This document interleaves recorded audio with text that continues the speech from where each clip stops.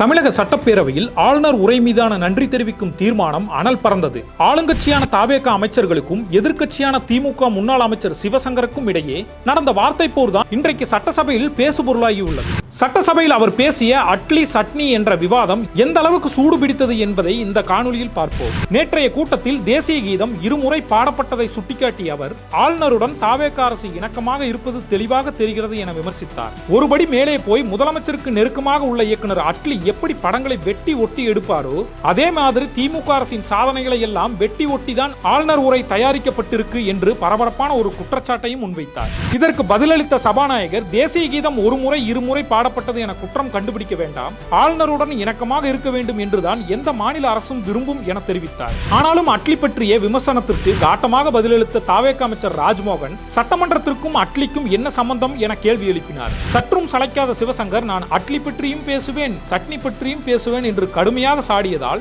அவையில் பெரும் வாக்குவாதம் வெடித்தது. பிரச்சனை இதோடு முடியவில்லை. அமைச்சர் அருண்ராஜ் அதிரடியான ஒரு கருத்தை முன்வைத்தார். திமுகவிற்கும் எங்களுக்கும் வெறும் 17 லட்சம் வாக்குகள் தான் வித்தியாசம்னு சொல்றாங்க.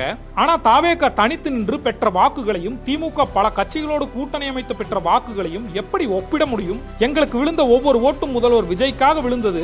ஆனால் பல கட்சி கூட்டணி அமைத்த திமுகவுக்கு விழுந்த வாக்குகள் அவர்கள் கூட்டணி கட்சிகளுக்கும் சேரும் என்று பேசினார். இதற்கு உடனடியாக பதிலடி கொடுத்த முன்னாள் அமைச்சர் சிவசங்கர், எங்களோடு நின்ற கூட்டணி கட்சிகளால் தான் உங்க ஆட்சியே இப்ப ஓடிட்டு இருக்கு. நாங்க இனிமேல் தனித்து கூட நிற்போம். ஆனா நீங்க இனியும் தனித்து நிற்போம்னு சொல்ல தயாரா என சவால் விட்டார். இறுதியாக பேசிய சிவசங்கர் தாவேக ஆட்சியில் குற்ற சம்பவங்கள் தொடர்ந்து அதிகரித்து வருவதாகவும் ஆனால் இதையெல்லாம் பற்றி பேசாமல் வாயில்லா பிள்ளை போல் முதல்வர் விஜய் மௌனம் காத்து வருவதாகவும் குற்றம் சாட்டினார். மேலும் திமுக அரசு அதிக கடன் வாங்கியதாக தாவேக சமீபத்தில் வெளியிட்ட வெள்ளை அறிக்கை வெறும் வெற்று அறிக்கை என்றும் தொடர்ந்து திமுக மீது தாவேக பொய்யான குற்றச்சாட்டுகளை சுமத்தி வருவதாகவும் அவர் கடுமையாக சாடினார்.